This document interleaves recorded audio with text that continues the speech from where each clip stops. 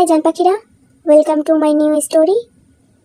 আজকে তোমাদের জন্য যে গল্পটা নিয়ে আসছি এটা অনেক ইন্টারেস্টিং একটা গল্প আর খুব সুন্দর। আশা করি তোমাদের অনেক ভালো লাগবে, কারণ আমার অনেক ভালো লাগছে এই গল্পটা।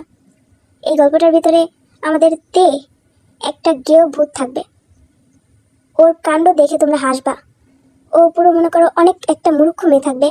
আর আমাদের জাঙ্কুক, সে হচ্ছে একটা পুলিশ অফিসার, বুঝছো, পুলিশ অফিসার। তেকে ইগনোর আর যত্ন করতে করতে তের প্রেমে পড়ে যাবে আমাদের জাঙ্কুক। তো চলো বেশি কথা না বলে গল্পটা শুরু করি। আর শোনো, আর একটা কথা, লাইক আর কমেন্ট তো করবাই, আর সাথে যদি নতুন হও তাহলে আমার চ্যানেলটাকে সাবস্ক্রাইব করতে কিন্তু ভুলবা না।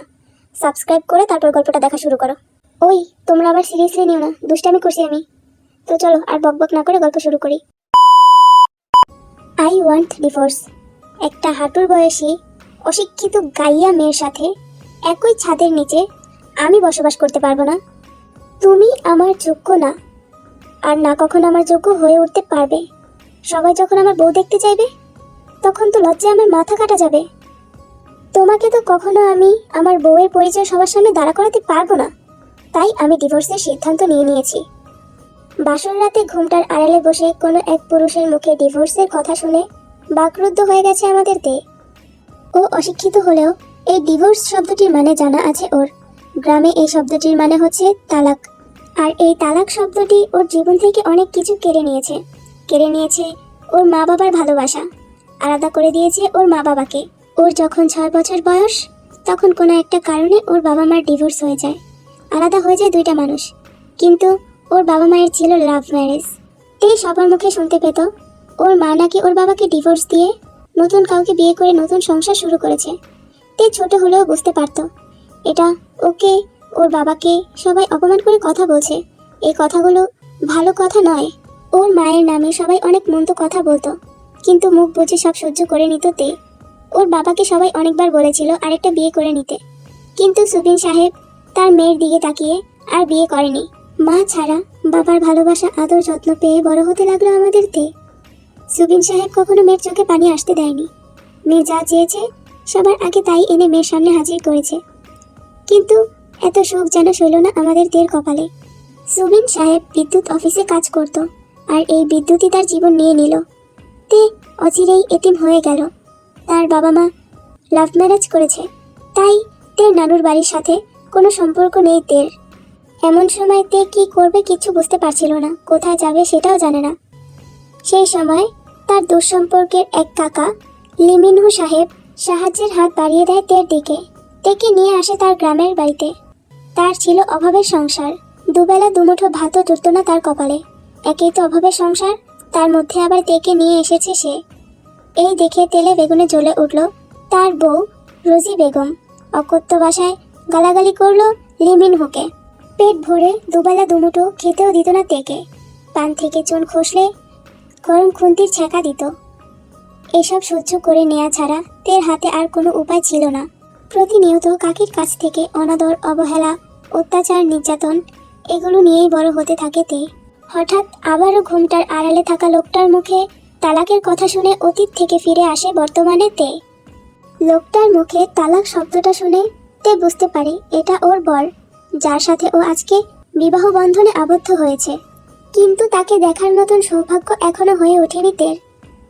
তে নজর কাড়া সুন্দরী, মাশাআল্লাহ, চোখ দুটো ডাগর ডাগর, হাঁটু পর্যন্ত ঢেউ খেলানো কুচকুচে লম্বা কালো চুল, 5 ফুট 2 ইঞ্চি চিকন পাতলা গড়নের একটি মিষ্টি সুইট মেয়ে। তে জানে তার বুড়ো একটি 2 বাচ্চার বাপের সাথে বিয়ে ঠিক হয়েছিল। তের চাচা যদিও এই বিয়েতে রাজি ছিল না। তের লোভী চাচির রাগ ও জেদের কাছে হার মানতে হয়েছে লিমিনহু সাহেবকে। তের চাচি যার সাথে বিয়ে ঠিক করেছিল তের, সে ছিল এলাকার চেয়ারম্যান। তার কোনো কিছুর অভাব ছিল না, শুধু অভাব ছিল একটি বউয়ের। তার বউটা তার ছোট মেয়ের জন্ম দিতে গিয়ে মারা গিয়েছে। তারপর তার নজর পড়ে তের উপর। সাথে সাথে তের চাচির কাছে গিয়ে বিয়ের প্রস্তাব দেয় লোকটি। তের চাচিও আর না করে না।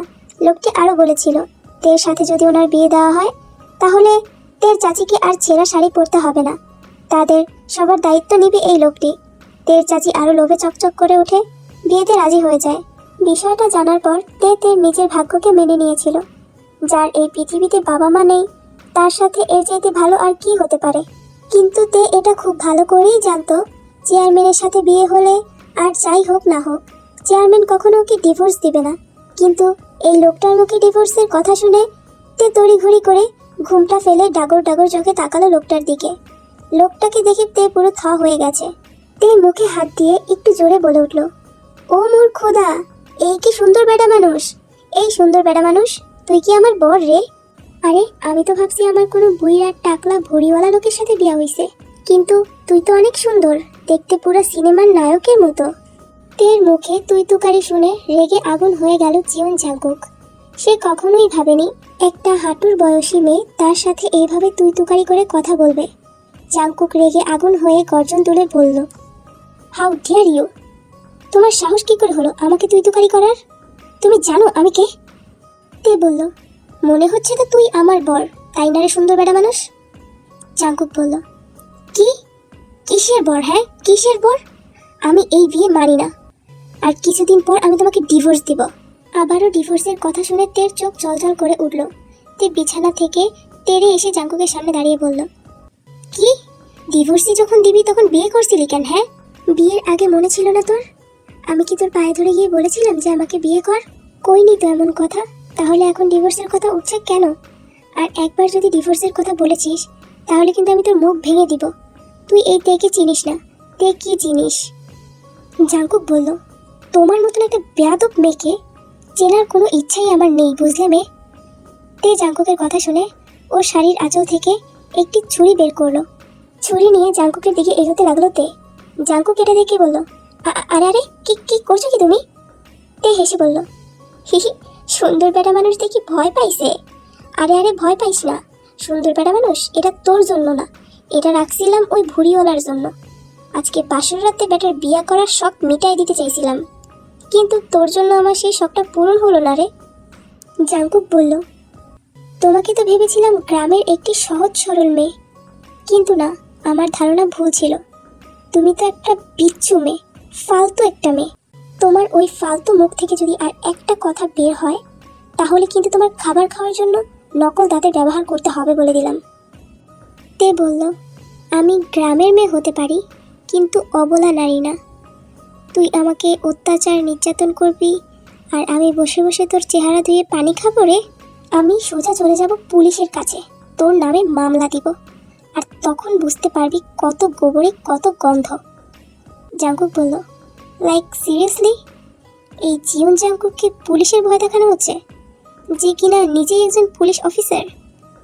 এই পুলিশ অফিসার কথাটা শুনে তে যেন হজম করতে পারল না। তে সোজা জ্ঞান হারিয়ে জাংকুকের বুকের উপর ঢলে পড়ল। জাংকুক বলল, হেই তোশিবে, open your eyes, please talk to me. তের কোনো রেসপন্স না পেয়ে জাংকুক চিন্তিত স্বরে বলল, যাক বাবা, আমি একজন পুলিশ অফিসার এটা শুনেই অজ্ঞান হয়ে গেল। জাংকুক দেখে বিছানায় শুয়ে দিয়ে যেই উঠতে যাবে তখনই জাংকুকের চোখ পড়ল তের হাতের দিকে। কেমন যেন একটি কালশিটে দাগ পড়ে আছে। জাংকুকের পা দুটো থমকে গেল সেই দাগটা দেখে। জাংকুক তের কাছে এসে একটু ইতস্তত বোধ করে তের বুক থেকে আঁচলটা সরিয়ে দিল।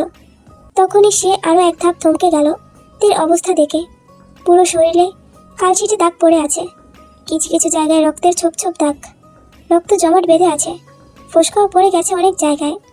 মনে হচ্ছে গরম তেল ছিটে এসে পড়েছে ওর গায়ে, নয়তো কেউ ইচ্ছে করেই গরম তেলের ছিটা দিয়েছে ওর গায়ে। জাংকুকের চোয়াল শক্ত হয়ে গেছে, হাতটা মুষ্টিবদ্ধ করে নিল জাংকুক। ও ভাবছে, এত চটপটে স্বভাবের মেয়ে, তার ভিতরে এত নির্যাতনের কষ্ট, এত আঘাত নিয়ে বেঁচে আছে, ও এত কিছু কিভাবে সহ্য করেছে? জাংকুক থেকে পার্সোনালভাবে চিনে না বললেই চলে। ইনফ্যাক্ট বিয়ের আগে অবধিও জাংকুক থেকে দেখেনি। এই তো কিছুদিন আগেই তার নানু অসুস্থ থাকায় অফিস থেকে 3 দিনের ছুটি নিয়ে সপরিবারে তার নানুকে দেখতে গিয়েছে গ্রামের বাড়িতে। সপরিবার বলতে ওর মা জিন বেগম, ওর বাবা আরেম সাহেব আর আদরের ছোট্ট বোন জিমিন। এই দিকে গ্রামে আসার পর জাংকুক জানতে পারে ওর নানুর নাকি কিছুই হয়নি। ওনার নাকি মেয়ের জামাই, নাতি নাতনি সবাইকে একসাথে সপরিবারে দেখার ইচ্ছে জেগেছিল, তাই মিথ্যা কথা বলে সবাইকে গ্রামে ডেকে পাঠিয়েছে। যদিও জাংকুকের গ্রামে এসে মন্দ লাগেনি, ওর গ্রামে আসতে খুব ভালো লাগে। তো 2 দিন জাংকুক সবার সাথে হাসি খুশিভাবে কাটানোর পরে তৃতীয় দিন জাংকুক সিদ্ধান্ত নিল সবাইকে গ্রামে রেখে ও শহরে চলে যাবে। তো ওর কথা মতো কুচকাচ করতে শুরু করলো। হঠাৎই জিন বেগম ওর রুমে এসে বলল, আমার একটা কথা রাখবি জাংকুক? জাংকুক বলল, কি হয়েছে আম্মি, এমন করে কথা বলছেন কেন? আর কি কথাই বা রাখতে হবে বলুন? আপনার ছেলেকে কি কখনো দেখেছেন আপনার কথার অবাধ্য হতে? বলুন না আমাকে কি করতে হবে? জিন বেগম বলল, হ্যাঁ আমি জানি তো, আমার জাংকুক আমাকে কত ভালোবাসে, আমার কত খেয়াল রাখে, আমার কোনো কথাই আমার জাংকুক ফেলতে পারবে না। তাই তো আমি আর একটা শেষ আবদার নিয়ে এসেছি আমার জাংকুকের কাছে। জাংকুক এবার ওর আম্মিকে জড়িয়ে ধরে বলল, হ্যাঁ আম্মি বলুন না, কি কাজ করতে হবে আমাকে? আপনাকে আমি কিভাবে খুশি করতে পারি বলুন আমাকে? জিন বেগম বলল, তোকে বিয়ে করতে হবে জাংকুক। একটা জীবন্ত লাশকে নতুন জীবন দিয়ে সাজিয়ে দিতে হবে তোকে। প্লিজ জাংকুক, আমাকে ফিরিয়ে দিস না, আমি অনেক আশা নিয়ে এসেছি তোর কাছে। জাংকুক বলল, সরি আম্মি, আমাকে ক্ষমা করবেন, আমি কখনোই আপনার কোনো কথার অবাধ্য হইনি, কিন্তু আজকে আমি আপনার কথাটা রাখতে পারবো না। বিয়ে কোনো ছেলে খেলা নয় আম্মি, এটা সারা জীবনের ব্যাপার। যেখানে সারা জীবনের প্রশ্ন, সেখানে আমি জানা নেই অচেনা একটি মেয়েকে হুট করে কিছুতেই বিয়ে করতে পারবো না আম্মি। জিন বেগম বলল, মেয়েটা খুবই অসহায় জাংকুক, মেয়েটার কেউ নেই। এই পৃথিবীতে যার বাবা মা না থাকে তার মতন অসহায় এই পৃথিবীতে আর একটাও নেই। আর কেন জানি এই মেয়েটাকে আমার অনেক আপন আপন মনে হচ্ছে। জাংকুক বলল, আম্মি দেখেন, আমাদের আশেপাশে এরকম অনেক অসহায় মেয়ে আছে, তার মানে তো এটা নয় যে সব অসহায় মেয়েদেরকে আপনি আপনার ছেলের বউ বানাবেন। জিন বেগম বলল, জাংকুক, আমি কখন বললাম সব মেয়েদেরকে আমি তোর বউ বানাবো? আমি তো শুধু এই অসহায় মেয়েটার কথা বলেছি।